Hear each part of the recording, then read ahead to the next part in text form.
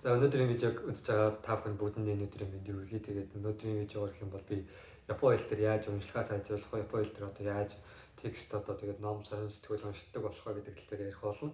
Тэгээд энэ видеог хийсэн бас гол зорилго гэх юм бол Японы хэлийг яаж сайжруулах гэдэг юм уу? Японы хамгийн гол шалгалтууд шалгалт байдаг. JLPT гэдэг ихтэй шалгалт байдаг. Энэ болохоор Японы хэлний одоо Японы хэлээр Японд ирэхийг хүсэж байгаа хүмүүст одоо хамгийн одоо тус төхөн болох тийм шалгалт байдаг байхгүй. Тэгээд энэ шалгалтын хувьд гэх юм бол яг хамгийн одоо өндөр шалгалт өндөр одоо левелийн шалгалт нь болохоор N3, N2, N1 гэдэг шалгалтууд байдаг. Тэгээд N3, N2, N1 гэдэг энэ гурван левелээс ахуулаад ерөнхийдөө яг уншлагын хэсгүүд болохоор амар хүндэрч эхэлдэг байхгүй. Ханснууд нь ч ихсээд хүндэрч эхэлдэг. Тийм учраас яг уншлага дээр би яаж сайжрах вэ гэдэг хүмүүстээр би зориулж видео хийх болно. Тэгээд та хэрвээ энэ одоо N3, N2, N1 гэдэг левел явах юм бол та Японд ирэх боломж нь маш өндөр одоо бүр сайнаар нэгдчих болно. Одоо баг та Японы хэлтэй ч Японд ирнэ шүү дээ. Тийм учраас яг N2 гэдэг левелтэй болчиход бол та үндсэн ажилтнаар хаач одоо Японы үндсэн ажилтнаар орч болно. Тэгээд дээрээс нь N2 гэдэг левелтэй байх юм бол та их сургууль бас тэтгэлэг авах боломжтой болно. N1 гэдэг левелтэй болох юм бол бат өөр магистр сурах эрхч нэгдэх болох байхгүй. Тийм учраас та бүхэнд яг энэ одоо хамгийн хэцүү зүйл одоо уншлага байдаг. Тэгээд ерөнхийдөө шаардлагатай үзсэн хүмүүст мэдэх байх хамгийн уншлага нь хамгийн хэцүү байдаг. Тэгээд энэ дээр би та бүхэнд ярих болно. Тэгээд өнөөдрийн видеонд ярих юм бол яг хүмүүсийн нэг одоо энэ видеог үзэж байгаа хүмүүсээс их юм бол яг нэг юу гэдгийг энэ видеог үзэж байгаа хүмүүсээс одоо яг N3 дээр бэлдэж байгаа, N2 дээр бэлдэж байгаа, N1 дээр бэлдэж байгаа хүмүүс байж магадгүй. Альсвал би хаанч мэдэхгүй шүү дээ. Би Японы дөнгөж сурч эхэлж байгаа гэдэг юм те. Альсвал N5, N4 дөнгөж бэлдэж байгаа хүмүүс байж магадгүй. Тэгэх юм бол би та бүхэнд өнөөдөр яг видеон дээр юу гэж зөвлөө өгөхээр би анх ерөнхийдөө яг өмнөх видеон дээр ярьсан байгаа. Би анх ингээд багшаар ерөнхийдөө үсгээ заалгаад тэгээд нэг Японы Миннан Нихонго гэдэг номноос 25 хичээлээ заалгаад Японд иржсэн баггүй. Тэгээд тийм учраас тэр үед би яг Японд ирээд ямар номноос урдсан бэ гэхээр яг би ингээд анх 32 оюутнууд ингээд ирсэн. Одоо тухайд Инташид гагсаа гэдэг тийм хөтөлбөрөөр. Тэгээд тэр хөтөлбөрөөр ирээд 32 оюутнууд ирээд тэгээд бидний нэг жуулж ирсэн компаниас нэг 2 сарын дараа бид Японы очоод нэг хүн 300 г ачаа сах хэрэгтэй шүү гэж хэлчихсэн. Тэгээд надад зөвөрсөн хүмүүс одоо барыг дийлэх юм тэгээд тэр 300 г ачаан дээр идэх уух юм те янз бүрийн өөрсдөө зөв хэрэгцээний юм зэгчээсэн. Тэгээд миний хувьд болохоор юу згсэн бэ гэхээр яг нэг Япон хаанзын ном згсэн. Тэр нь болохоор 10 минутын Япон хаанз гэдэг нэртэй ном згчээсэн. Тэр 2 ном байгаа. Нийт 512 хаанзтай. Би тэр номыг та бүхэн зөвлөх болно. Тэгээд тэр номноос би сураад 512 хаанзын нийтлэлийн хугацаанд сураад тэгээд Япон Монгол руу хайрсныхаа дараа би N3-ыг эхний өгүүлбэрээр шууд авч ирсэн. Тэгээд тийм учраас та 512 хаанзтай болсон бол ер нь N3-ыг авчихсан шүү гэдгийг би хэлэх болно. Тэгээд 512 хаанзыг эхлээд сураарай. Тэгээд дараа нь та уншлага яах вэ гэдэг тал дээр анхаараарай гэж би хэлнэ. Тэгээд хаанз мэдэхгүй бол угаасаа уншлага хийхэд уншлагатаа ер нь сайжирна гэж хэлэхэд бол ер нь бол маш хэцүү шүү гэдэг тал дээр хэлэх болно. За тэгээд өнөөдрийн видеоны гол хэсэг рүү оръё. Тэгээд уншлагаа яаж сайжруулах вэ гэдэг хэсэг рүү оръё. Тэгээд хүмүүсийн яг нэг алдаад байдаг зүйл нь юу гэхээр уншлага гэж байгаа шүү дээ. Унших гэдэг үг байгаа шүү дээ. Унших гэдэг үг энэ өөрөө орчуулга хийх гэсэн үг биш шүү. Орчуулга хийх гэсэн үг биш. Тэгээд хүмүүсийн нэг мэдхгүй байгаа хүмүүс битүү орчуулга хийх явждаг. Тэнгүүд нэг орчуулга хийж явах хэвчээ ядарчдаг. Тэгээд орчуулга хийгээд хахаар уншиж чаддгүй байхгүй юу. Тийм учраас уншлага гэдэг нь өөрөө орчуулга хийх гэсэн үг биш. Тийм учраас та бүхэн аль болох орчуулга хийх гэхээс илүү ааш унших хичээгээрэй. Тэгээд орчуулга хийгээд нэг гэдэг нь таны одоо яг левел чинь тохирохгүй ном байна гэсэн үг байхгүй юу. Тийм учраас эхлээд одоо юу гэдгийг залах одоо нэг хэцүү юм уншаад хүн чинь нэг тархицсан ингээд залхацдаг байхгүй залхаад ингээд чадахгүй болчихдог байхгүй. Тийм учраас та хэцүү юмнаас эхлэхээс илүүтэй одоо юу гэдгийг амархан одоо юу гэдгийг одоо зөвлөх үлгэрийн ном ч гэдэг юм уу те мангач гэдэг юм уу тийм ээ. Аль болох амархан текстийг уншаад тэгээд явандаа тэрийг ингээд хүндрүүлээд ингээд аль хүнд дулгаад ингээд яваарай. Тэгээд яг фитнес дээр хэлдэг шүү дээ тий. Тэнгүүд фитнес дээр одоо юу гэдэг нь шууд ихлээр 10 кг мөргөдөггүй. Эхлээ 10 кг мөргөж эхэлсэн бол дараа нь ингээд шууд 20 кг мөргөждөггүй шүү дээ. Тэрнтэй адилхан та 10 кг өргөнгүүтээ 7 хоногийн дараа за нэг 5 кг нэмээд үзье гэдэг ч юм тий. 15 кг дахиад 7 хоногийн дараа дахиад 5 кг нэмээд 20 кг болгочих гэдэг ч юм тий. Тэгээ ингээд явдаг байх шүү. Тэмцээс бага нэмж явах хэрэгтэй. Тэгээд би та бүхэнд хоёр дахь зөвлөх зүйл гэх юм бол өдөрт заавал 30 минут унш. 30 30 минут заавал ч цаг гаргаад унш. Тэгэд энэ болохоор яг 30 минут унших гэж байгаа хэрэг өдөр тутамд 30 минут унших хэрэгтэй. Тэгээд энэ болохоор яг тогтмол унших хэрэгтэй. Тэгэхгүй ингээд дунд нь ингээд алгасаа хайчих юм бол энэ чинь ингээд сайжрахгүй. Тэгээд өдөр тутамд тогтмол унших. Тэгээд дээрээс нь сая би хийсэн шиг баг багаар одоо 30 минут 10 минут нэмээд 40 минут болгох ч юм уу те. 40 минутаа дараа ингээд явандаа гайгүй 40 минутанд сайн уншдаг болоод ирэх юм бол 50 минут уншдаг болдог юм те.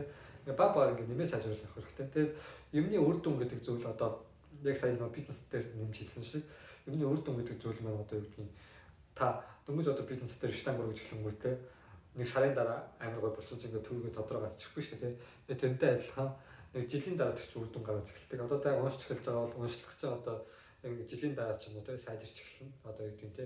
За дор аж нэг таагшлын дараа ч юм уу те ингээд сайж эхэлдэг байгаа шүү. Тэгээд юмны үр дүн гэдэг чинь өөрөө тэгж хурдан хугацаанд гардаггүй гэдгийг та бүхэн маш сайн ойлгоорой. Тэгээд энэ видеог үзэж байгаа бол та энэ видеог үзээд маргаашнаас нууж эхлэнгүүт нөгөөдөнтэй сайжирч гэдэг бол өөрөө тийм боломж дэлхийд дээр дэлхийн ертөнцийн тийм байхгүй.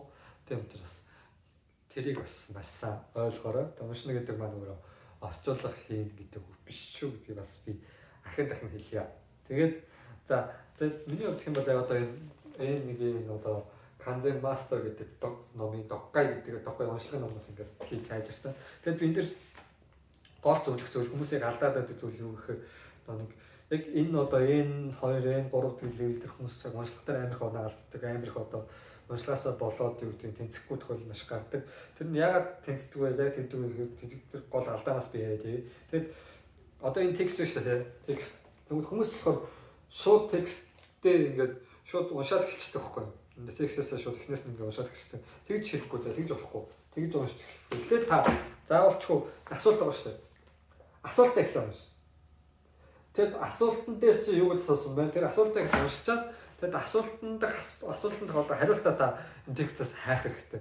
Тэгэд хариултаа хайж байхдаа та юу гэдгийг одоо энд одоо хэдэн үгтэй байгаа 400 300 400 текст гэдэг юм тий. 300 400 тэр чигээр нь уншаадах шаардлагагүй. Та ингээд ерөнхийдөө ингээд гүйлгээ явуучих хэрэгтэй. Гүйлгээ.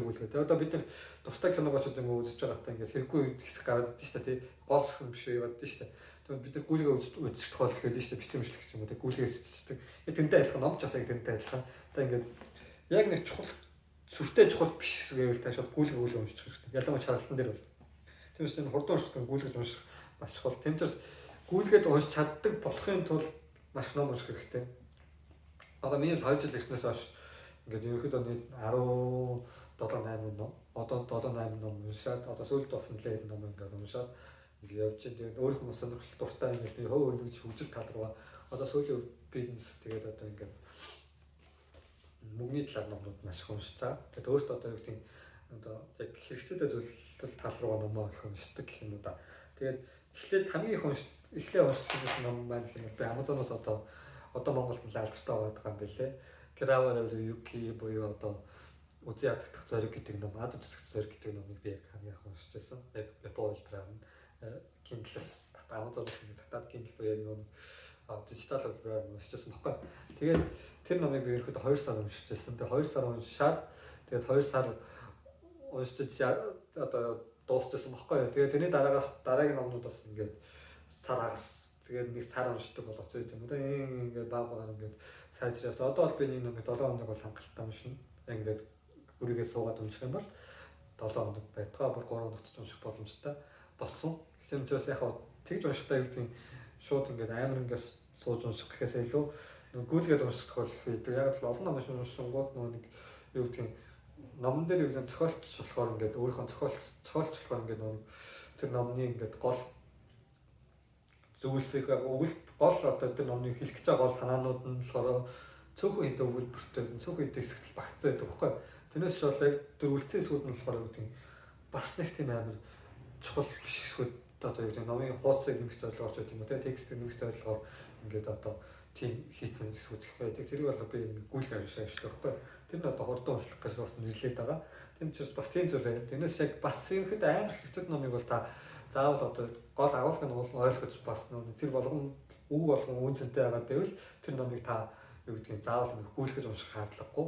Маш тогтч унших шаардлагатай. Зөвхөн текстэн дээр гэх юм бол та заавал ч гүйлгэж буюу ингээ хурдан уншдаг байх хэрэгтэй. Тэгэхгүй та одоо юм цагтаа амжихгүй. Ялангуяа тэр нэг GPT-ийн N1-ийн N2-ийн шалгалтаар одоо юу гэдэг баг дайн шиг тийм байдаг. Тийм учраас та тагцаа амжихгүй текст тэр амар олон текстээр ингээд цагтаа амжихгүй текст уншиж байгаа хэвчээ ядах тохиолдол маш гардаг. Тийм учраас та уншдаг болоход бол ном маш их уншиж сурах хэрэгтэй шүү гэдэг зүйлийг би таамаг зөвлөх болно. За тэгээд саний хэлжсэн зүйл рүү оръё.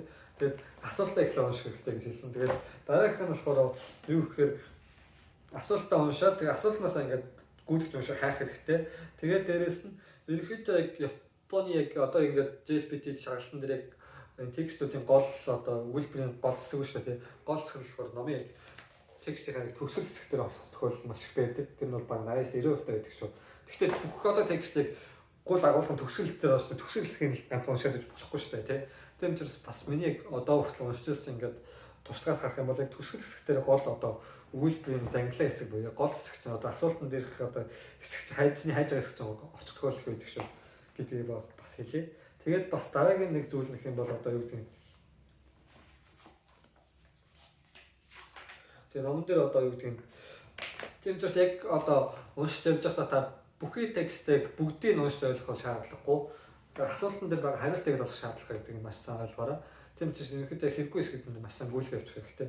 Тэгээ орчуулах гэдэг яа мэдгүй байх зүйлээ гэдэг нэг саа зовоодох хэрэггүй. Тэгээд одоо бас миний энэ номон дээр хэлж байгаа зүйл гэх юм бол одоо ингээд одоо энэ текст хэсгээр гэх юм харьцуулах хэсэг гардаг номны харьцуулах хэсэг одоо нэг зүйлийг нөгөө зүйлтэй харьцуулаад тэр зүйлээс гол зүйл нь одоо юу гэдэг төгсгөл хэсгээр орж ирчих болж байдаг. Тэгээд бас энэ мэйл хэсэг байдаг. Мэйл хэсгээр хүмүүс бас албаар байдаг байхгүй.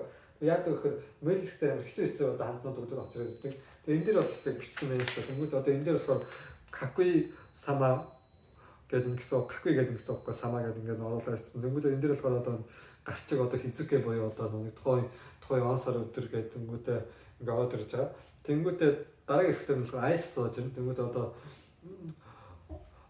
тэндээс тийм ирсэн дагуулсан одоо осаваны надад римас ицмо окёйко аргатаа гозаймас гэдэг ч юм уу тийм ингээд айс зоож ирэнгүүтээ яг тэрний дунд хэсэг буюу энэ дээр хэсэг хасан дундахын дундх өгүүлбэр хэсгээр гол хэсэг гардаг. Тийм ч бас та бүхэн яг хэзээ харах шаардлагагүй, айс зог харах шаардлагагүй.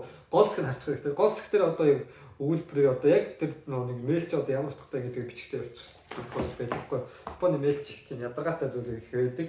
Тийм ч та бүхэн яг тэрээсээ ингээд хийгээ явчаарай. Тэгээд асуултаа уншаад асуултанд хариултаа хайх хэрэгтэй гэдэг зүйлийг хэлэх. Тийм ч бас яг гол биш зүйлүүдээ ингээд аль болох ингээд гүйлгээ хараа авчих хэрэгтэй. Тэгэхгүй бол таны нэг тэр хугацаанд амжихгүй тохиол маш их байдаг шүү гэдэг талаар хэлэх болно. Тэгээ өнөө би та бүхэнд ном их уншаараа одоо өөрийнхөө одоо уншихаа сайжруулах гэдэг нь унших хэрэгтэй гэдэг зүйлчтэй. Унших хэрэгтэй.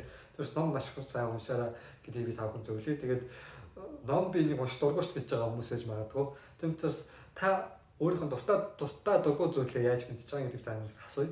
Тийм учраас яг дуртай дургуй гэдэг зүйлээ хүн одоо хийж үдчихэж тэр зүйлдээ дуртай болдог байхгүй. Тийм учраас би анхандаа ном унших тийм дуртай байгаагүй одоо амар дуртай болцсон байхгүй. Одоо амар хичээл их амар дургуйсан юм чи одоо амар хичээл их дуртай болсон. Тийм учраас үгдийн хүн өөрийг хийж үдчихэж тэр зүйлдээ дуртай болдог. Хийж үдчихэж тэр зүйлдээ дуртай болсноор та төлөвлөж чаддаг болно гэсэн үг. Тийм учраас хийж үзээгүй байгаа зүйлээ гинт одоо тэр зүйлээ би дуртай дургуй гэдэг та мэдэхгүй учраас дуртай дургуй гэж өөртөө тэгж одоо шийдэх авч хэрэггүй шүү. Тийм хийж үдчихэж тэр зүйлдээ та дуртай болно шүү. Тийм учраас унших гэдэг маань уншихаас өөр зүйл байхгүй. Тэгээд энэ видеон дээр бас дуу зүйл үлдээсэн зүйлүүд бас их байгаа хаа. Тэгээд өөр асуух зүйлээ бол над руу одоо миний Facebook хаяг руу чат хийгээд надаас асуугаарай. Тэгээд коммент хэсгээр үлдээгээрэй. Тэгээд энэ видео бас таалагдсан бол та бүхэн лайк тэгээд subscribe бас дараад яваарай. Тэгээд дараагийн видеогоор бас ямар видео хийвэл зүгээр юм гэдэг коммент хэсгээр үлдээж болно. Тэгээд би бас өөрөө бодож байгаа видео оруулах болно. Тэгээд энэ видеог үзсэн анхаарал тавьсан та бүхэнд баярлалаа.